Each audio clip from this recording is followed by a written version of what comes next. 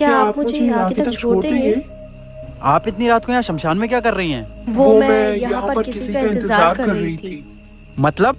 वो सब आप छोड़ो, आप मुझे बता दो, आप मुझे आगे तक छोड़ दोगे या नहीं? हाँ हाँ ठीक है।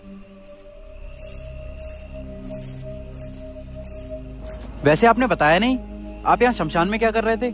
इंतजार। मगर किसका? मेरे पति का। अपने पति का? आपके पति मर गए हैं क्या?